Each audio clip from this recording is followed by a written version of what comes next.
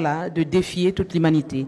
Nous voyons l'arrivée là du président du Sénat, le président Pierre Ngolo, qui vient pour participer justement à ce congrès parlementaire. Voilà, Aurélien Bayard Ikama. Matondi mapeseme na yo bibiani tua nakanisi ete bon. C'est l'arrivée du président de la République, Denis Sassou Nguesso, ici au Palais des Congrès. Nous attendons pour voilà, concrétiser, disons, pour certifier ce propos. Ben, c'est le président de la République, puisque cela est bien indiqué voilà, au niveau de cette enseigne de ce véhicule du chef de l'État.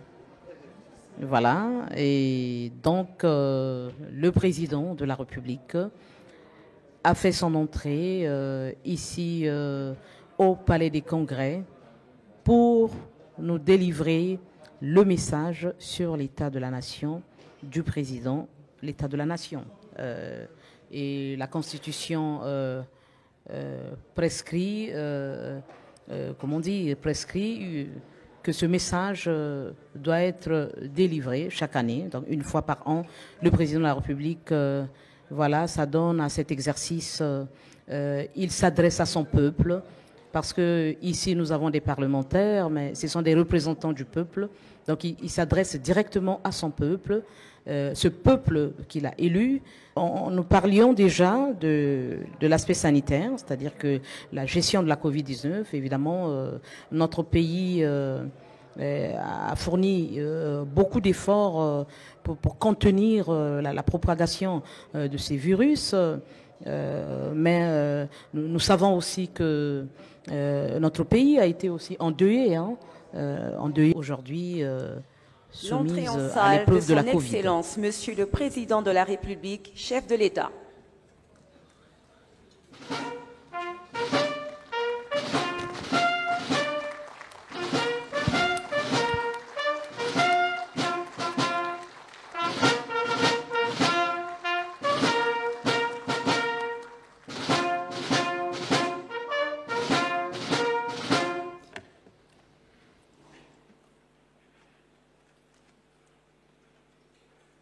La séance est ouverte.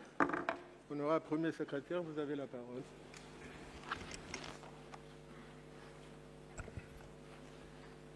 Merci, Honorable Président.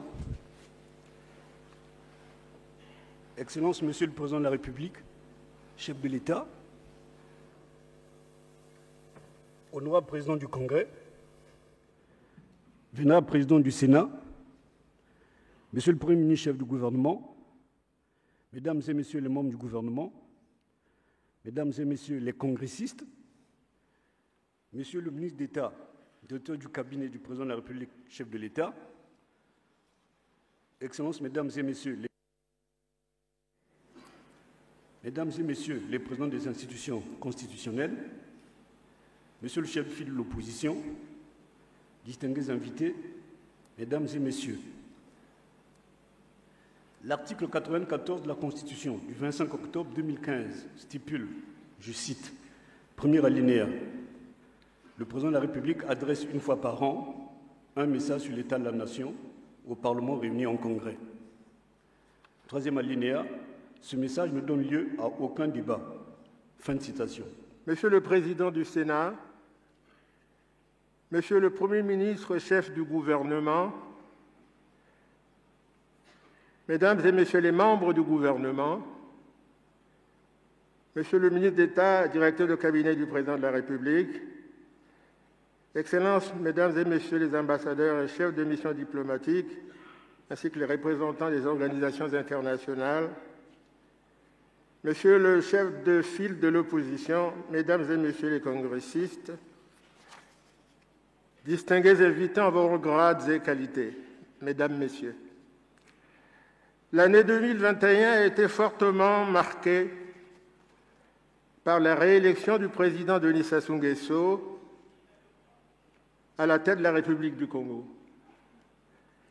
Le 21 mars 2021, à la suite d'une élection libre et transparente, le président Denis Sassou Nguesso a été plébiscité par le peuple souverain.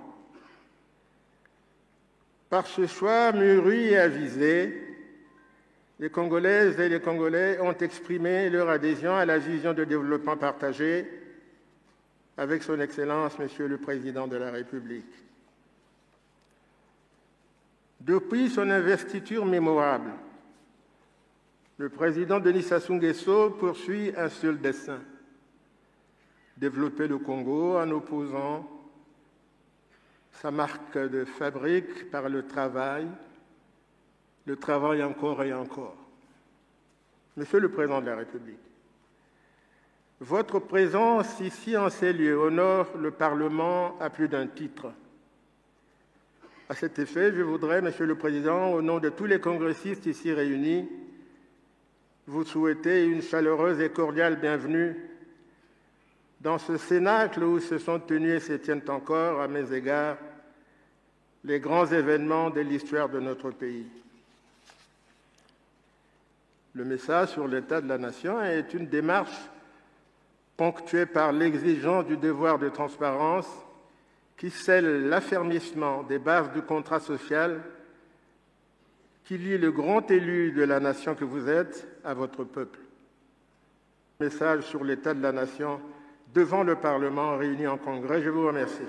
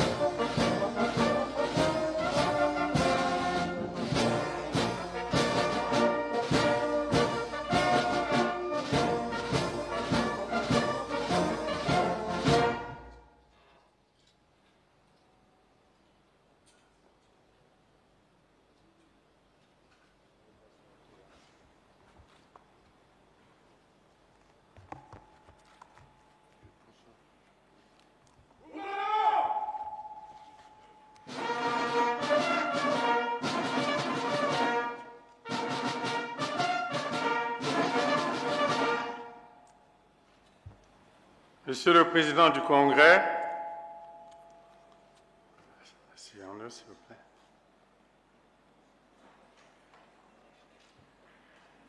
Monsieur le Président du Congrès, Monsieur le Président du Sénat, Monsieur le Premier ministre, chef du gouvernement, Mesdames et Messieurs les membres du gouvernement, Mesdames et Messieurs les parlementaires, Mesdames et Messieurs les ambassadeurs et chefs de mission diplomatique, mes chers compatriotes, rendre régulièrement compte au peuple de l'état de la nation, une fois par an, suivant la Constitution du 25 octobre 2015, tel est l'objet du présent message adressé au Parlement réuni en Congrès. En m'acquittant de ce devoir ce jour, je voudrais saluer de nouveau la mémoire de l'honorable Justin Koumba, ancien président de l'Assemblée nationale, et de l'ancien Premier ministre Clément Mwamba, qui nous ont quittés alors que le Congo avait encore besoin de leur expérience dans la gestion des affaires d'État. La nation rendra hommage le moment venu à l'ancien Premier ministre Clément Mwamba, qui a consenti durant 5 ans des efforts appréciables à la tête du gouvernement.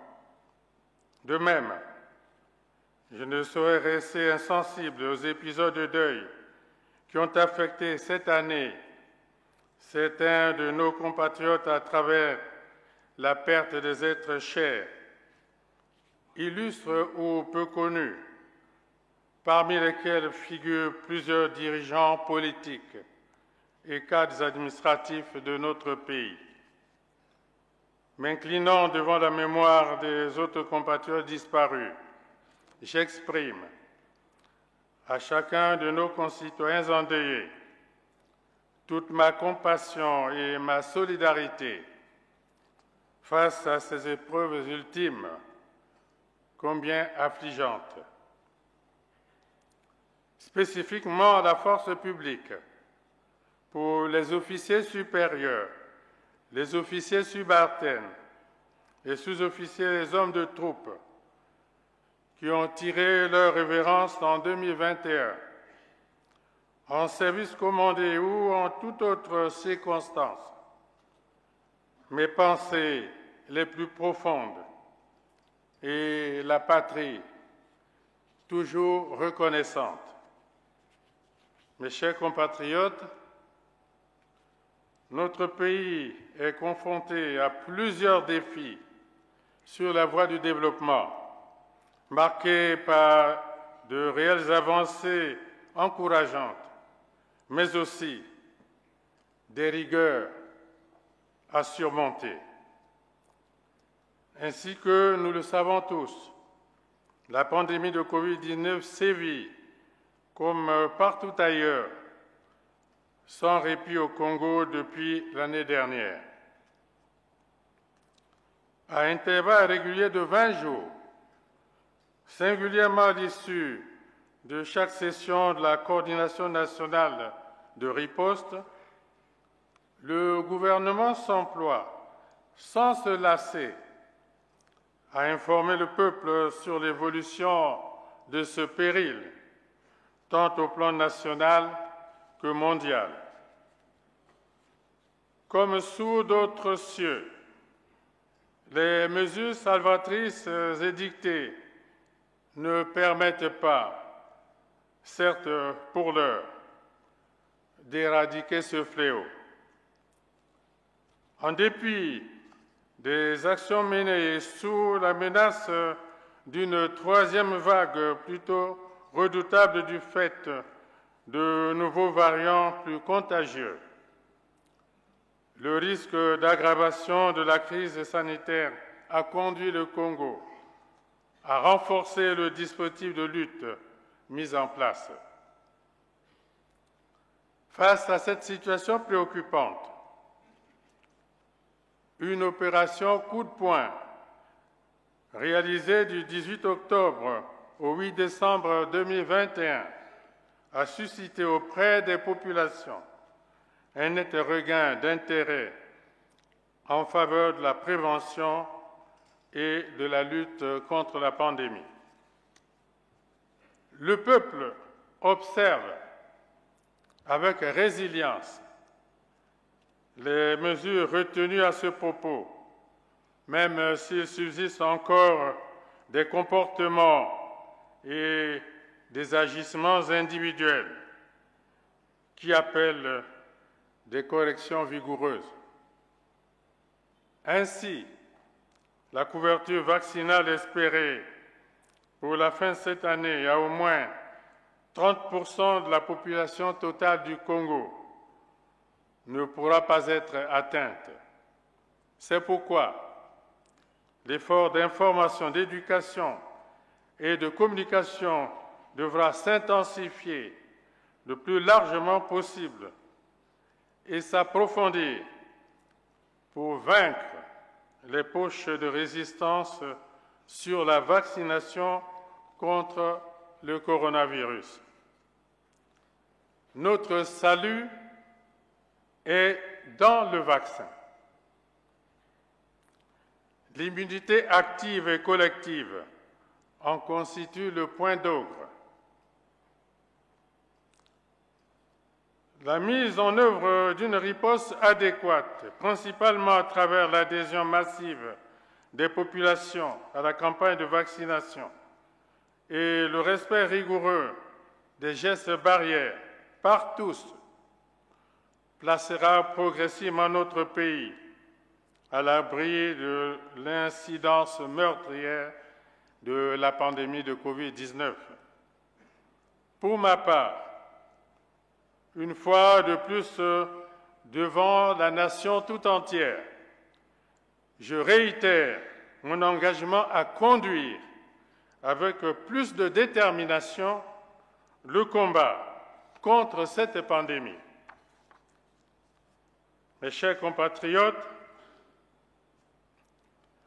l'année qui s'achève dans quelques jours a été aussi marquée par l'organisation réussie de l'élection présidentielle du 21 mars 2021.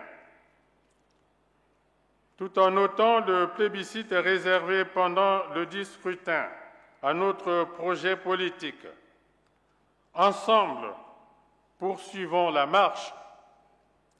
Je souligne avec force que le peuple demeure le principal vainqueur de cette échéance électorale. Le contexte ainsi institué nous incite à plus d'engagement en vue de mobiliser les ressources nécessaires à la réalisation des initiatives de développement préconisées. À cet effet, nous renouvelons notre appel à nos partenaires techniques et financiers pour un accompagnement plus efficace à notre pays. Dès lors, loin de faire un bilan exhaustif de l'action gouvernementale, ici est d'édifier le peuple sur les performances réalisées en 2021 en lien avec notre projet de société suivant les 3 pôles de gouvernance qui le structurent, à savoir la gouvernance institutionnelle et systémique, la gouvernance économique et financière attractive, la gouvernance sociale et solidaire.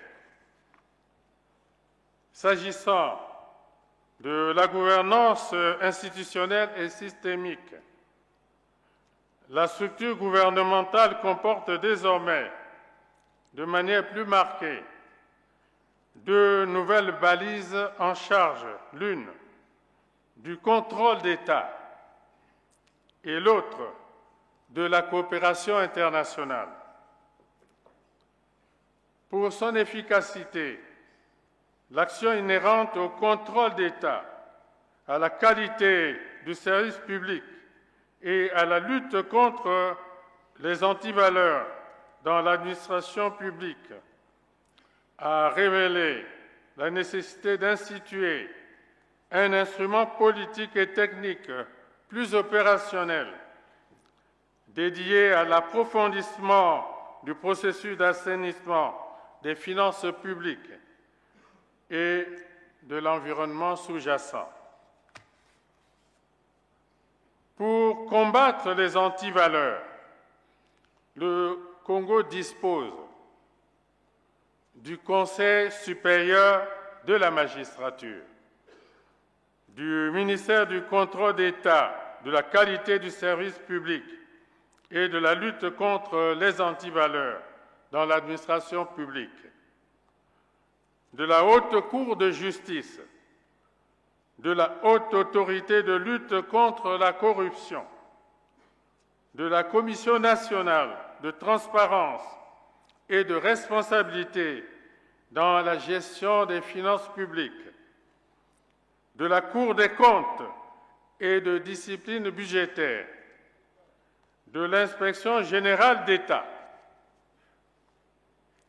Cette énumération montre sans équivoque que la République du Congo a bel et bien mis en place un arsenal adéquat de veille et d'impulsion de la bonne gouvernance.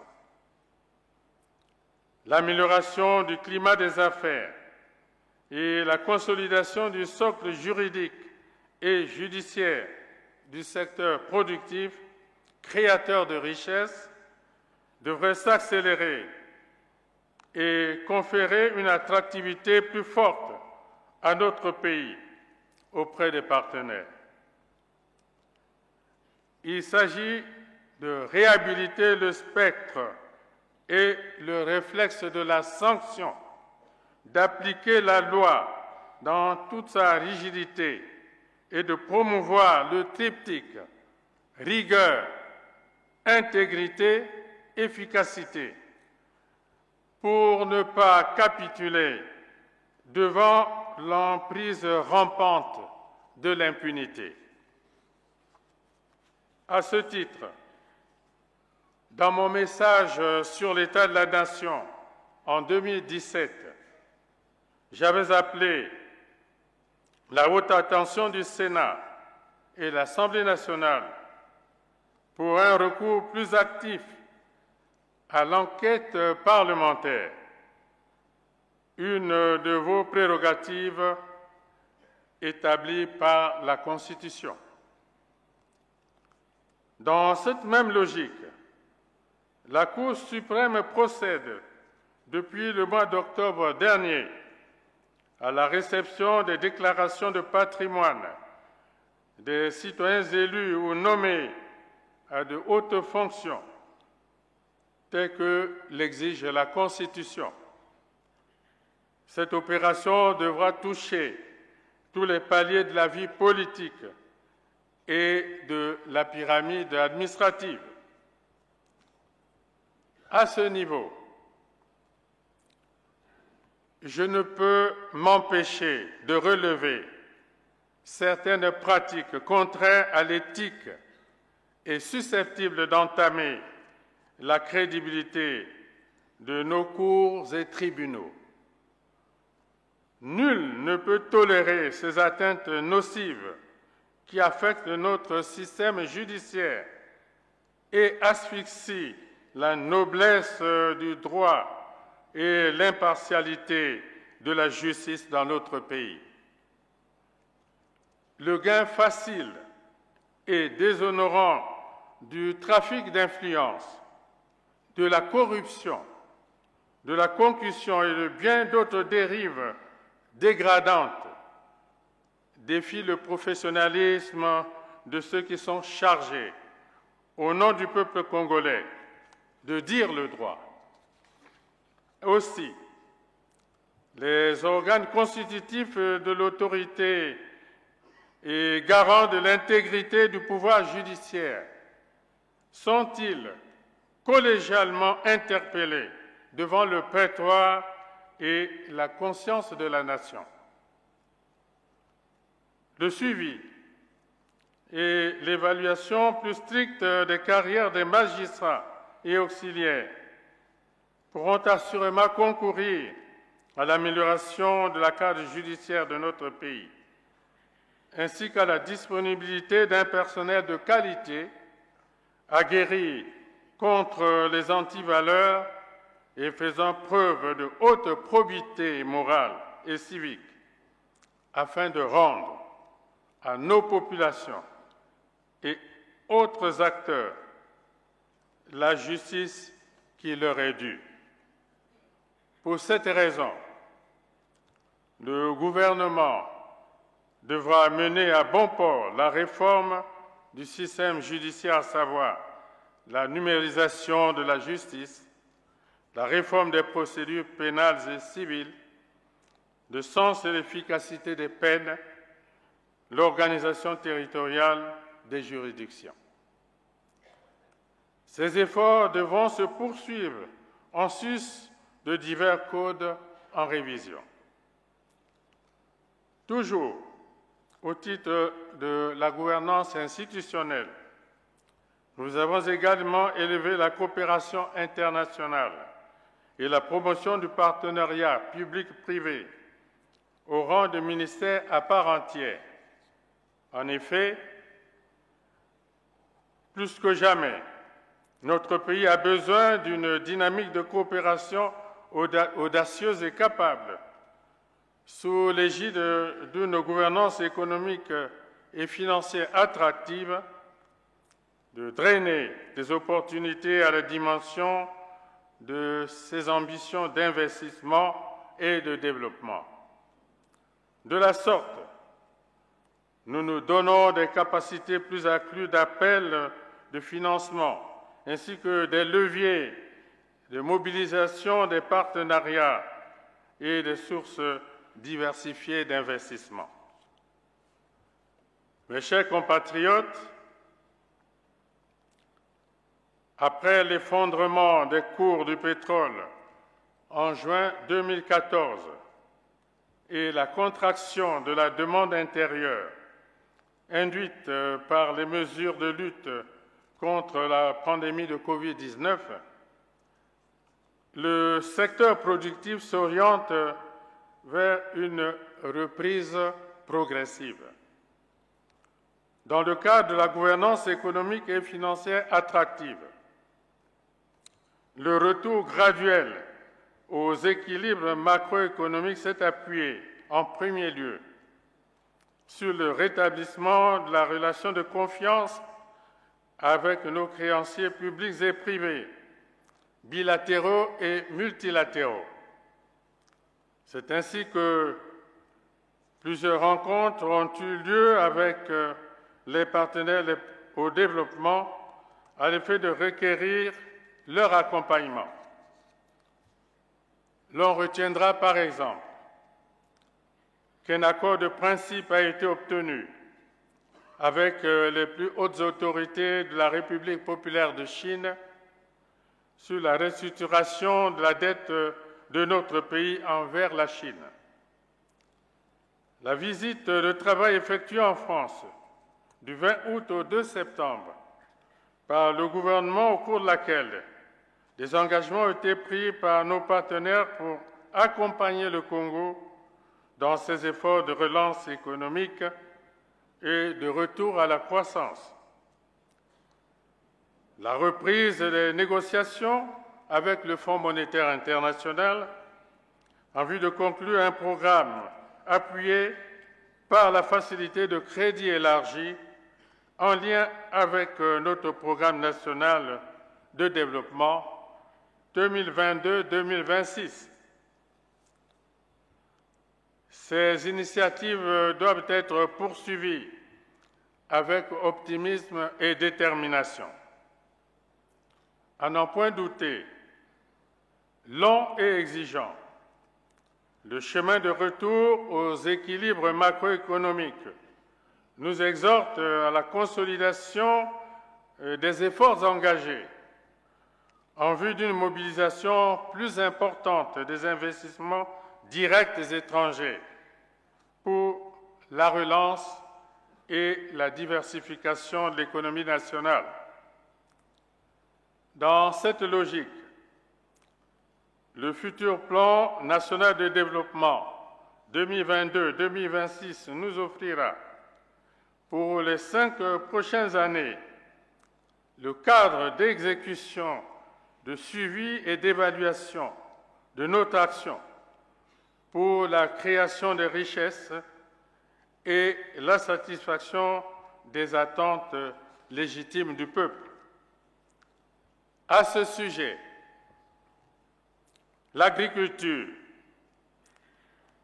deuxième pilier d'espoir de rebond économique, demeure un puissant réservoir de main-d'œuvre et d'emploi pour les jeunes. Garant de notre sécurité alimentaire et facteur de croissance, le secteur agricole, qui déploie une activité essentielle à la nation, constitue une clé primordiale de l'essor économique et social du Congo. Les données disponibles mettent en exergue les enjeux en présence et les défis qu'il nous faut relever.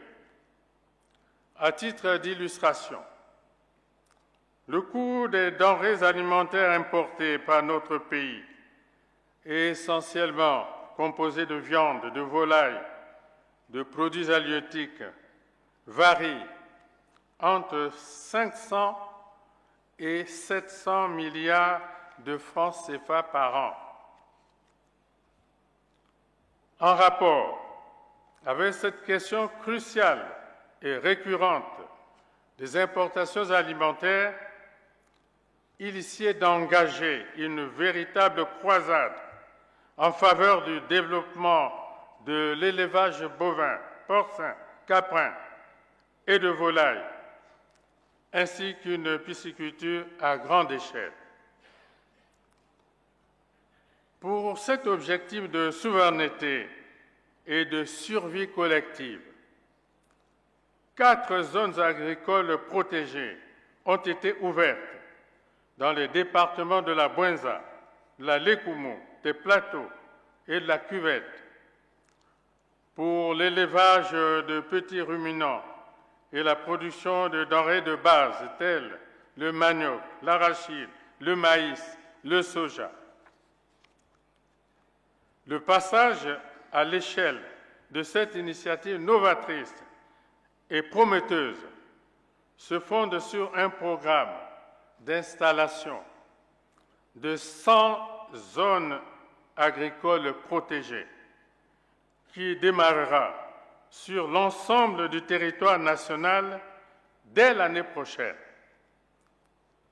De manière spécifique, d'autres activités ont été menées pour stimuler la production agricole. Les filières manioc et cacao ont été revitalisées à travers respectivement l'introduction de cultivars à forte performance agronomique et la distribution de pieds de cacaoyer à haut rendement. Afin de sauvegarder la viabilité sanitaire des cheptels, source de protéines sûres et indispensables pour les populations, un programme essentiel d'immunisation vaccinale a été mis à exécution. Devant la nécessité de développer les compétences des jeunes dans le domaine de l'agriculture, une ferme-école a été installée sur le site de l'incubateur agricole du Congo à Gamboma, dans le département des Plateaux, grâce au soutien de l'Organisation des Nations Unies pour l'alimentation et l'agriculture. En termes d'infrastructures de soutien à la production agro-pastorale et halieutique, d'importantes activités ont été menées avec l'appui de nos partenaires techniques et financiers. Il s'agit, en l'occurrence, de la réhabilitation et l'entretien de pistes agricoles, de la construction d'étangs au profit des populations, de la mise en exploitation de l'unité de production d'aliments de poissons à Etumbi, dans le département de la Cuvette-Ouest, de la construction et l'équipement d'un centre communautaire de pêche doté d'un complexe frigorifique à Okombe, dans le district de Toku, de la poursuite des travaux de construction du point de débarquement amélioré à Yoro, à Brazzaville, avec l'appui du Royaume du Maroc. Sur cette ambition légitime de développement agricole se greffent d'importants programmes destinés à enrichir le portefeuille industriel. C'est, entre autres, la vocation dévolue à nos zones économiques spéciales, dont les organes de gouvernance ont été mis en place, conformément aux dispositions législatives et réglementaires en vigueur. À ce propos, des mémorandums d'entente ont été signés dans le cadre du partenariat public-privé sur l'exploitation de la zone industrielle de Maluku. Sur ce site, 4 usines sont déjà en fonctionnement et 11 autres font l'objet d'options de mise en service par les investisseurs. Mes chers compatriotes, notre pays est également riche de ses nombreuses ressources naturelles qui, en tant que troisième pilier présumé de rebond de notre économie, contribueront pour longtemps encore au financement de l'économie. Malgré la crise sanitaire persistante liée à la pandémie de Covid-19 qui a affecté cette année encore la mise en œuvre de nos initiatives socio-économiques, le secteur des hydrocarbures affiche des résultats encourageants. En effet, grâce à l'exploitation de nouveaux champs, le développement de la production pétrolière projette de belles perspectives de redressement de l'économie nationale. Le Congo poursuivra la valorisation de son potentiel gazier en phase avec les exigences de la transition énergétique.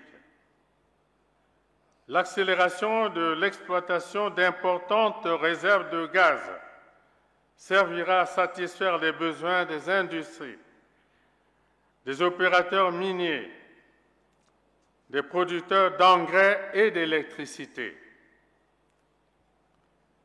Dans le microcosme des énergies renouvelables ou sans carbone, le Congo a amorcé une percée inédite avec le projet agricole Bioénergie Ricin, destiné à la production de biocarburants à base d'huile de ricin. Ce projet, qui s'étend sur plus de 150 000 hectares, emploiera à terme plus de 90 000 actifs agricoles. Par ailleurs, en soutien à la conservation de la biodiversité, notre pays a persévéré dans la réalisation de l'ambitieux programme d'afforestation et de reboisement dans les départements du Niari, de la Bouenza, du Poul, des Plateaux et de la Cuvette. Je saisis cette occasion pour évoquer l'ouverture entamée cette année dans le département des Plateaux d'une nouvelle forêt de 40 000 hectares pour 40 millions d'arbres, soit un puits de carbone de plus de 10 millions de tonnes.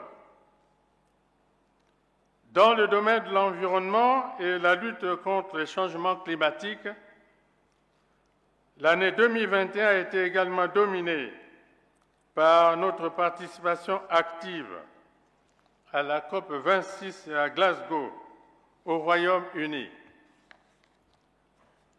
La COP26, avec un accord à minima entre les États parties, s'est conclue sur un sentiment d'insatisfaction pour l'Afrique. Le financement destiné aux pays les plus vulnérables pour se préparer à affronter les effets dévastateurs du dérèglement climatique s'est révélé très insuffisant. Au nom du Congo, j'ai plaidé pour la prise en compte par la communauté internationale des contreparties financières liées à la protection de l'environnement.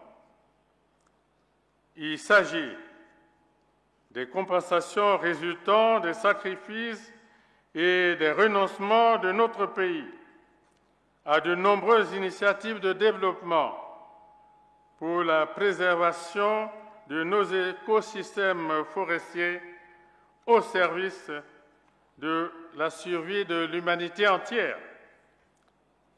Cette injustice notoire est loin d'être réparée aujourd'hui encore.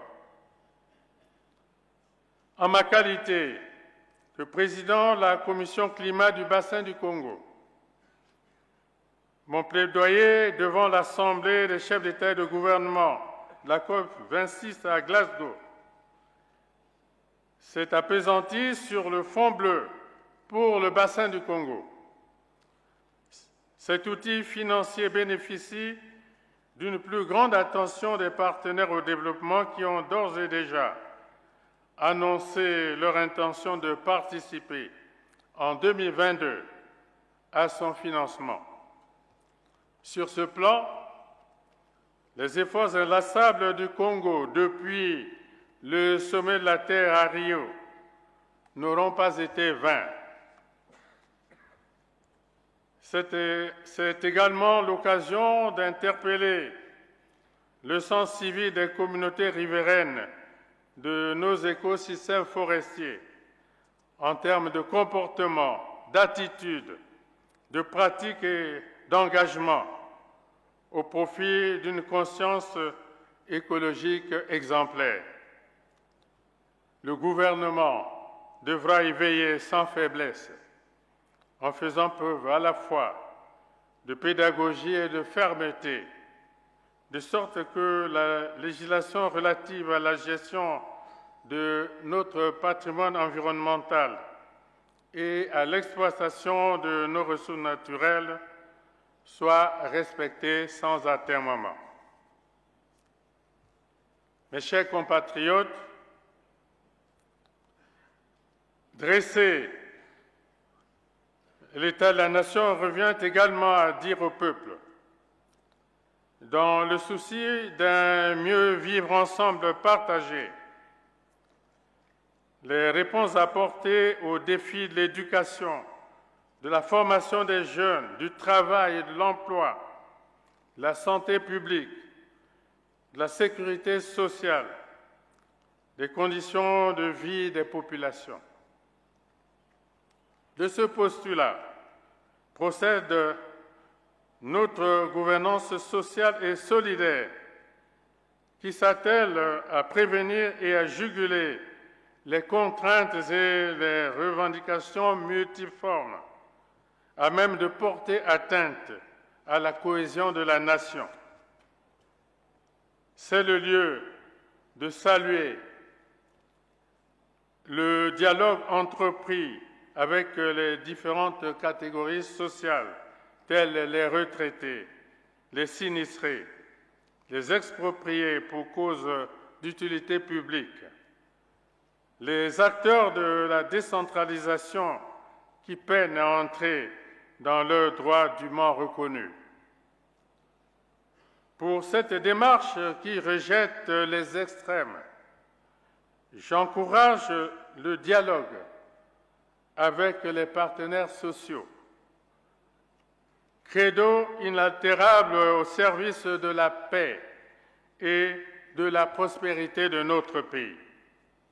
Pour ma part, je veillerai à ce que le gouvernement, qui consent de plus en plus d'efforts face à la demande sociale, assure également le règlement effectif des charges et autres droits attenants aux obligations pendantes, telles les bourses des étudiants, les pensions de retraite et diverses indemnités dues aux sinistrés et aux expropriés. Ces différentes créances sur l'État restent exigibles et seront couvertes au fur et à mesure de la disponibilité des ressources nécessaires. Cette année encore, malgré les effets pervers de la crise économique et financière, le paiement des salaires des agents de l'État a été assuré de manière régulière. S'agissant des relations avec les partenaires sociaux, la tenue de chaque session du Comité national du dialogue social devrait, avant toute autre considération, contribuer à figer encore davantage qu'à l'accoutumée l'exigence impérieuse de quiétude et de paix dans la conscience collective du monde du travail. C'est dans cet esprit que va se tenir d'ailleurs ce 30 décembre 2021 la prochaine session du Comité national du dialogue social, qui aura la double mission d'évaluer la mise en œuvre des recommandations des sessions précédentes et de prendre, s'il en faut, de nouvelles résolutions. Dans la même veine et concernant le dialogue public-privé, des discussions ont été ouvertes cette année avec les syndicats patronaux pour envisager des approches consensuelles de solutions à leurs préoccupations. Sur le plan normatif, le statut général de la fonction publique et les textes d'application subséquents ont été validés. L'élaboration du Code du travail et des textes réglementaires est en cours d'achèvement. Ces instruments de régulation intègrent des évolutions majeures au profit au droit du travail applicable au Congo, notamment en ce qui concerne la flexibilité du travail, la prise en compte de nouvelles formes d'organisation du travail et l'actualisation de la législation en matière d'emploi. Ces normes et innovations instaurent un dispositif pertinent en faveur d'une accessibilité plus aisée des jeunes au monde du travail. À l'évidence, il se pose avec acuité l'épineuse question du chômage en général et en particulier c'est des jeunes diplômés des écoles professionnelles actuellement sans emploi et qui attendent leur intégration dans les rangs de la fonction publique. Le processus de recrutement en rapport avec les quotas des années 2020 et 2021 pour un effectif global de 8 415 agents est en cours d'exécution. L'on s'efforcera de maintenir ce cap dans le cadre du Plan national de développement 2022-2026.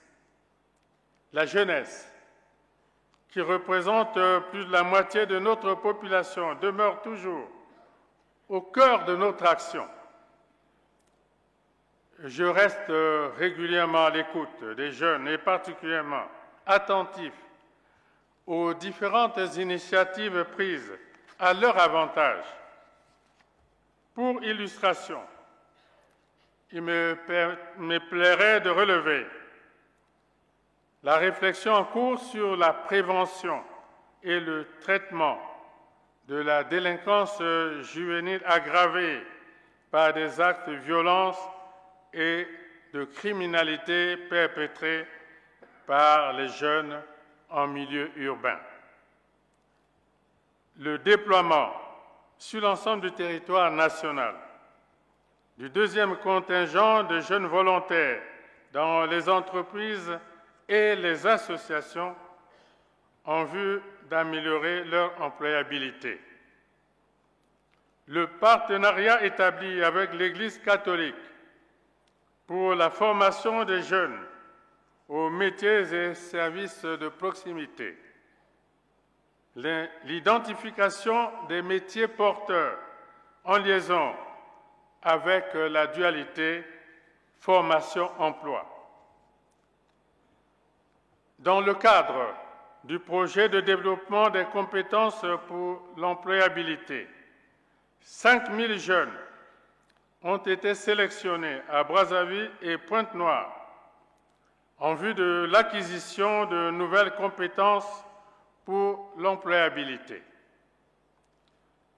Du point de vue de la protection sociale non contributive, durant l'année 2021 et à la date du 30 novembre, 147 389 ménages vivant dans les chefs-lieux de département et dans quelques districts du département de la Dikoala ont bénéficié des transferts monétaires de la part du projet Lisungi.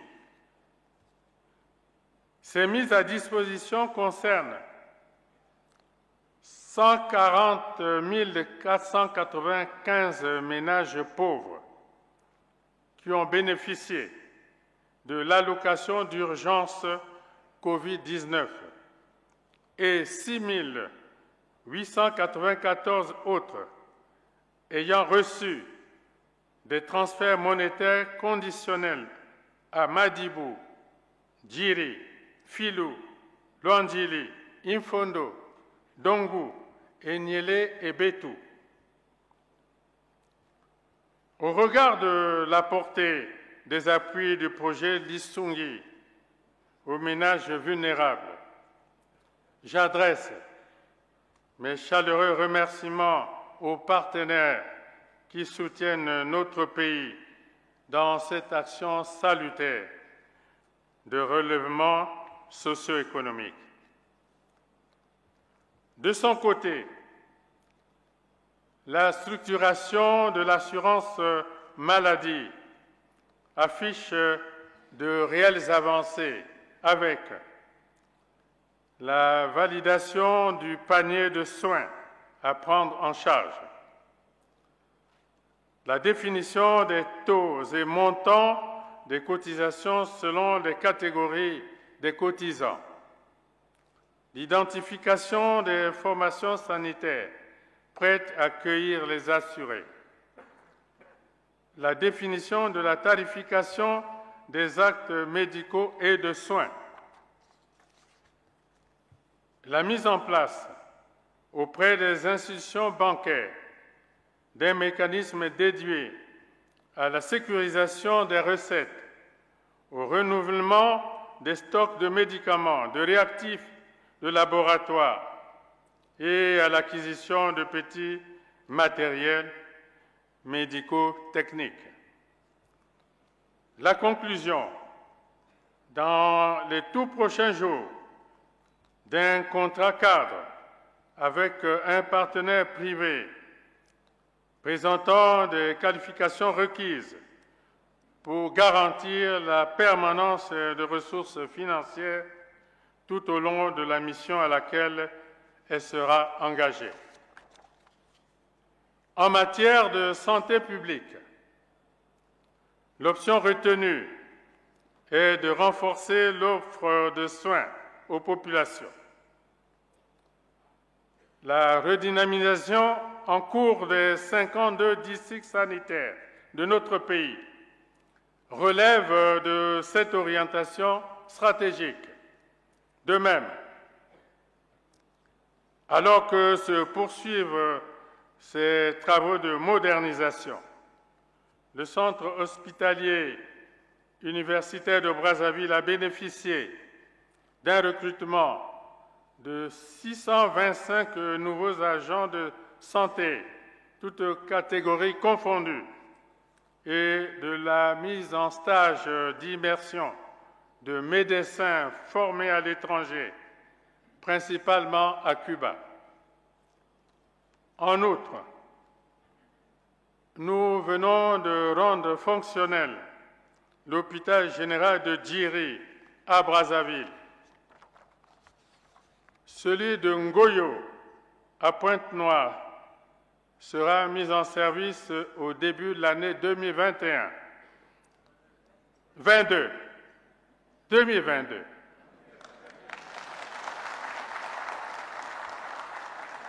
Au début de 2022. Ces deux complexes hospitaliers modernes, dotés d'équipements de pointe, permettront d'accroître et de mettre en une offre de santé de qualité à la disposition des populations.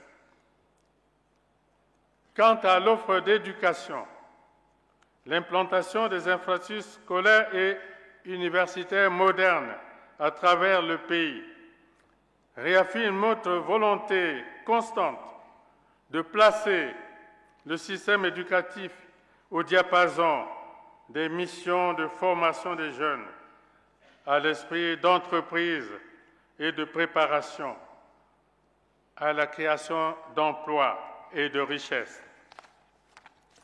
Ainsi, 6 nouveaux lycées ont été ouverts, dont un à Okoyo dans le département de la Cuvette Ouest, un à Chikapika dans le département de la Cuvette, un à Gamakoso à Brazzaville, un à Tila à Dolisie et 2 à Pointe-Noire. Au niveau des cycles primaires et secondaires, 1262 enseignants ont été recrutés en 2020 et 1445 autres au titre du quota de 2021. L'enseignement technique et professionnel a bénéficié, pour sa part, de 267 nouveaux enseignants recrutés cette année. Ces chiffres, en nette progression, traduisent l'important effort en cours de réalisation pour réduire le déficit en personnel enseignant.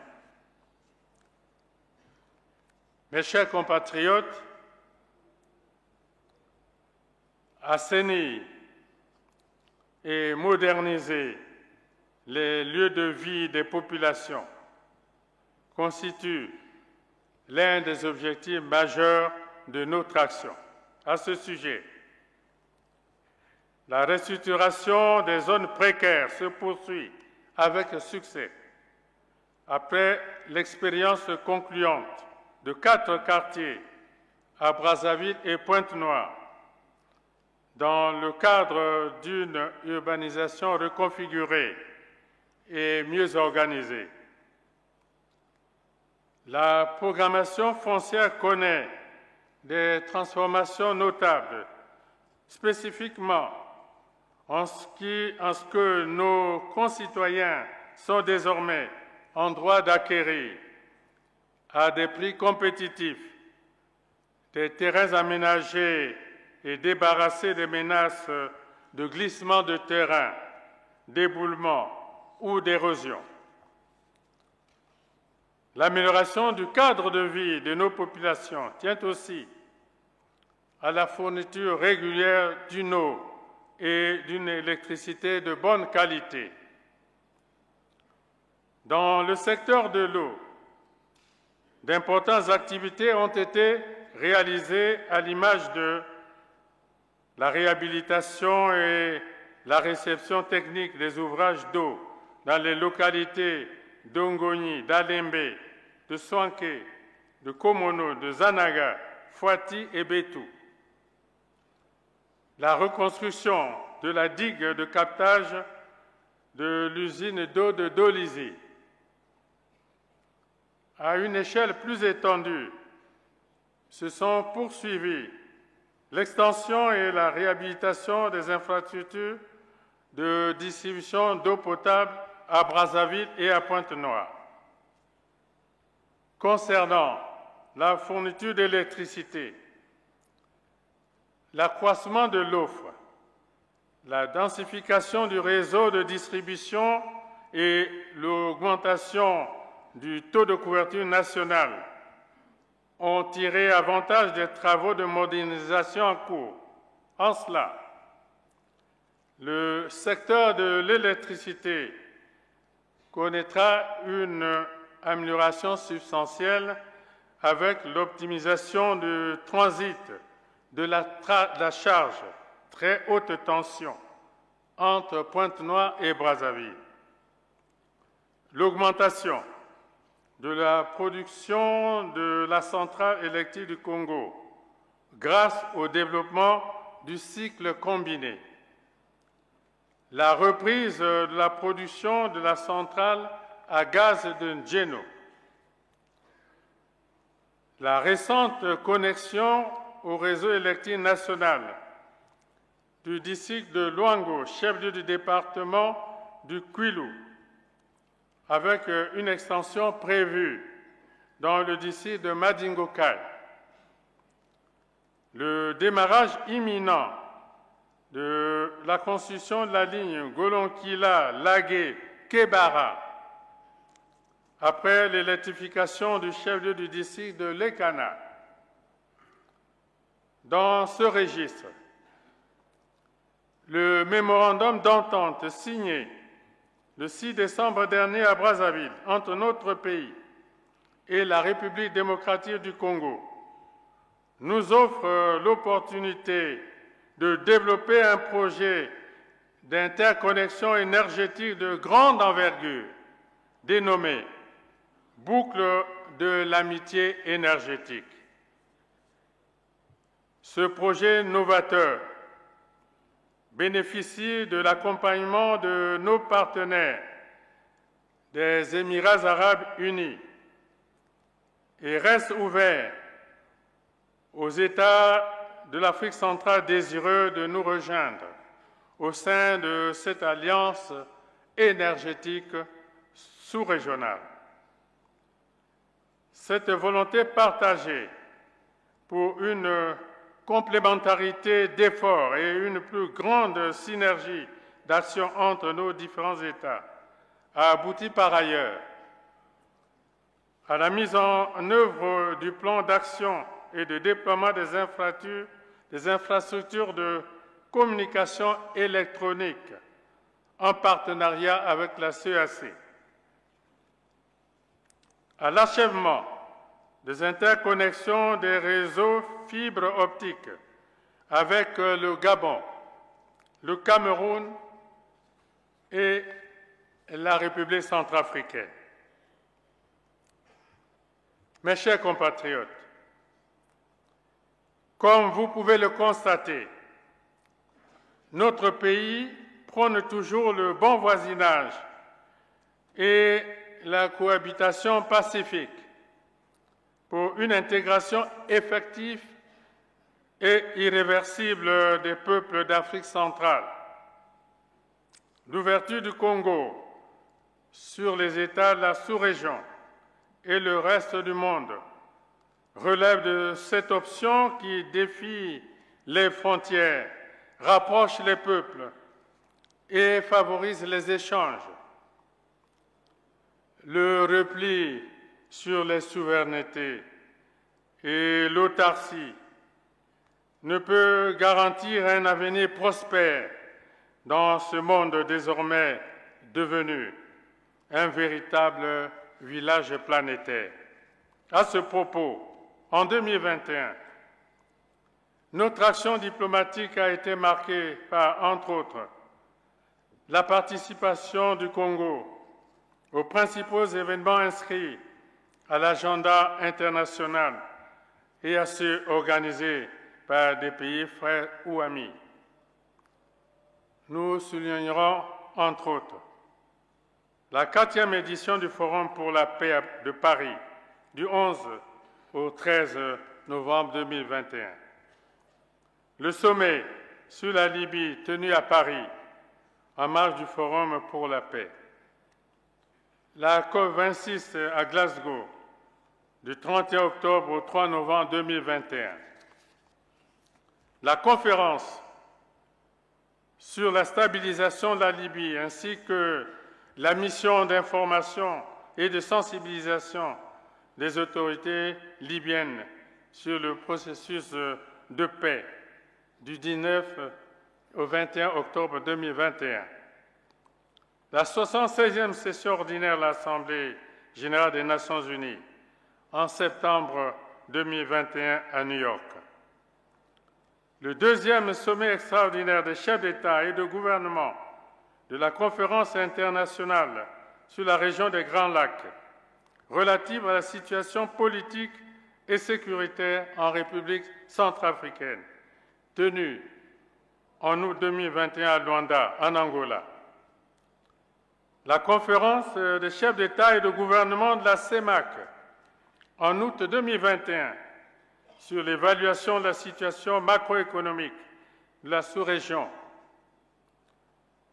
en contexte de pandémie Covid-19 et l'analyse des mesures de redressement. Le sommet ordinaire des chefs d'État et de gouvernement de la CAC en juillet 2021 à Brazzaville. La participation à la célébration du centenaire du Parti communiste chinois le 1er juillet 2021. Le sommet extraordinaire des chefs d'État et de gouvernement de la CAC sur la situation au Tchad en juin 2021 à Brazzaville. La conférence internationale de Berlin, deuxième édition, sur la Libye, en juin 2021 à Berlin, en Allemagne. La réunion du comité des chefs d'État et de gouvernement africains sur les changements climatiques, en juin 2021.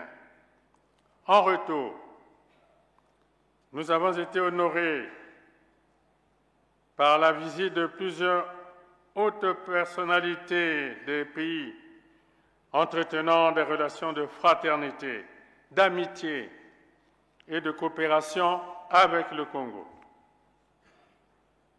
Ces liens de proximité séculaire, profondément ancrés dans certains cas, viennent de permettre, par exemple, l'aboutissement le 14 décembre dernier de la démarche conjointement menée par la République du Congo et la République démocratique du Congo pour l'inscription de la rumba congolaise, sur la liste représentative du patrimoine culturel immatériel de l'humanité de l'UNESCO. Toutes ces occurrences qui témoignent du dynamisme de notre diplomatie devront se consolider pour que se cristallise davantage l'empreinte et la voix de notre pays au sein du concert des nations. Mes chers compatriotes, l'an 2022 sera la première année d'exécution du plan national de développement 2022-2026, aligné sur le projet de société sur la base duquel le peuple nous a renouvelé sa confiance le 21 mars 2021. Hormis cette particularité, le Congo organisera également des élections locales et législatives en 2022. Il s'agit d'échéances importantes qui participent au renforcement de la démocratie au Congo. Elles permettront au peuple d'exprimer sa souveraineté à travers le choix de ses représentants dans les institutions et instances concernées. C'est pourquoi, comme de tradition et à l'image du climat de sérénité et du sens de responsabilité ayant prévalu durant le scrutin présidentiel du 21 mars 2021, j'invite l'ensemble des acteurs intéressés par les prochaines élections législatives et locales à privilégier la paix et l'unité nationale. Le peuple, unique souverain détenteur en la matière du droit de dévolution du pouvoir, restera toujours l'arbitre et le bénéficiaire majeur du climat prévenant de concorde nationale et de cohésion sociale. Peuple congolais, alors que nous abordons l'année 2022 dans un contexte encore affecté par la pandémie de Covid-19, je t'exhorte une fois de plus à la persévérance dans l'effort, un effort qui précède des lendemains rassurants. Par ton abnégation et ta foi en ton pays, tu as su résister aux affres de la crise multidimensionnelle que notre pays traverse actuellement. Ainsi, les mesures d'assouplissement prises par la Coordination nationale de riposte ne signifient nullement que la pandémie de Covid-19 a été définitivement vaincue dans notre pays. Ces dispositions, qui ne doivent pas apparaître comme une mise en cause des efforts déjà investis, constituent des allègements tests et transitoires pour mieux apprécier, à la lumière des festivités de fin d'année, l'évolution de ce fléau au Congo. Elles sont donc susceptibles d'être renforcées de nouveau en cas de nouvelle flambée de la pandémie, d'où l'impérieuse nécessité de célébrer le Nouvel An en évitant les excès dans le strict respect des mesures de prévention et de lutte retenues. Peuple congolais, au moment où se dessert peu à peu l'étau des pressions diverses,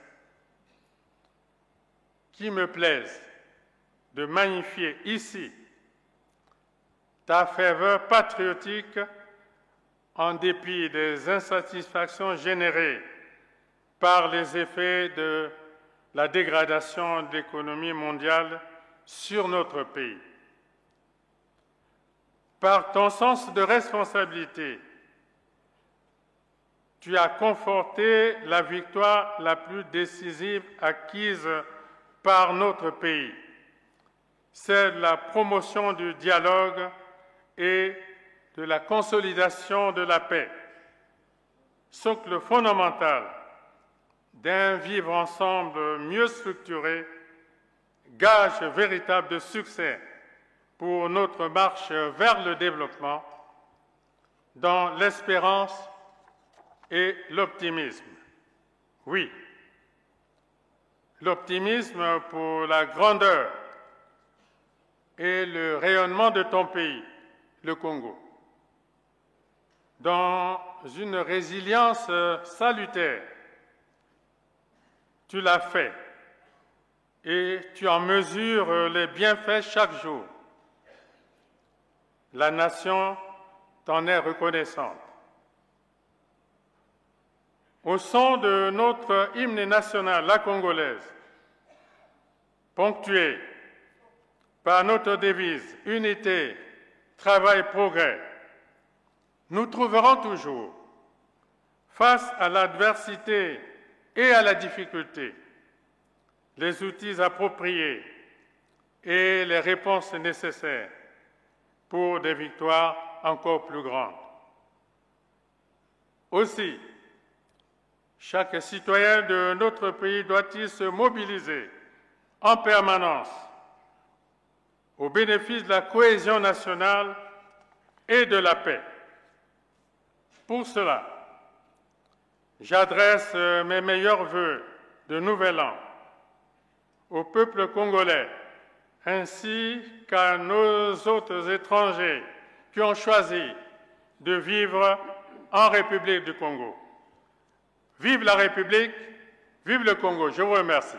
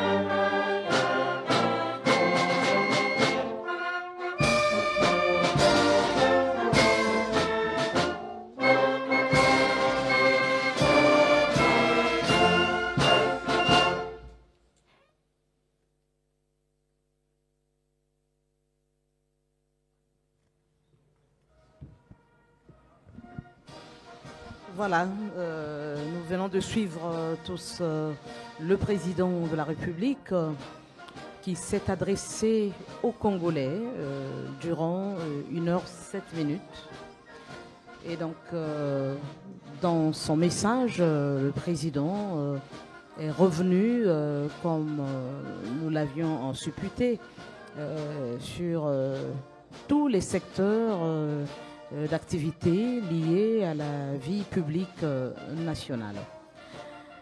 Et justement, le président de la République, ce que je retiens déjà à la fin, c'est l'intériorisation de notre devise du pays, unité, travail et progrès. C'est dans l'unité que l'on peut réaliser un travail remarquable. Et évidemment, ce travail remarquable nous conduira assurément au progrès. Et donc, c'est vraiment l'invite du président de la République au peuple congolais qui a fait preuve de résilience face à Excellence, toutes Monsieur ces le Président difficultés. de la République, chef de l'État,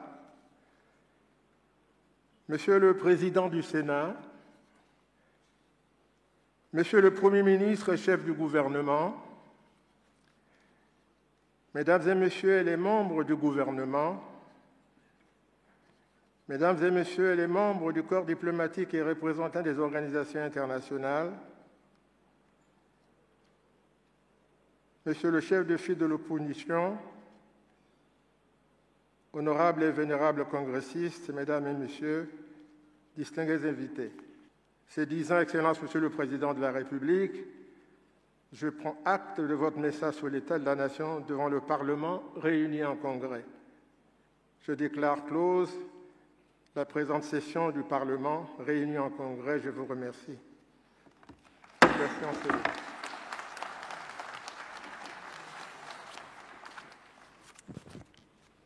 Mesdames et Messieurs les congressistes, Monsieur le Premier ministre, chef du gouvernement, Mesdames et Messieurs les membres du gouvernement, Excellences, Mesdames et Messieurs les chefs des missions diplomatiques, distingués invités, Mesdames et Messieurs, nous vous annonçons le départ de Son Excellence, Monsieur le Président de la République, chef de l'État, accompagné de l'honorable Président du Congrès.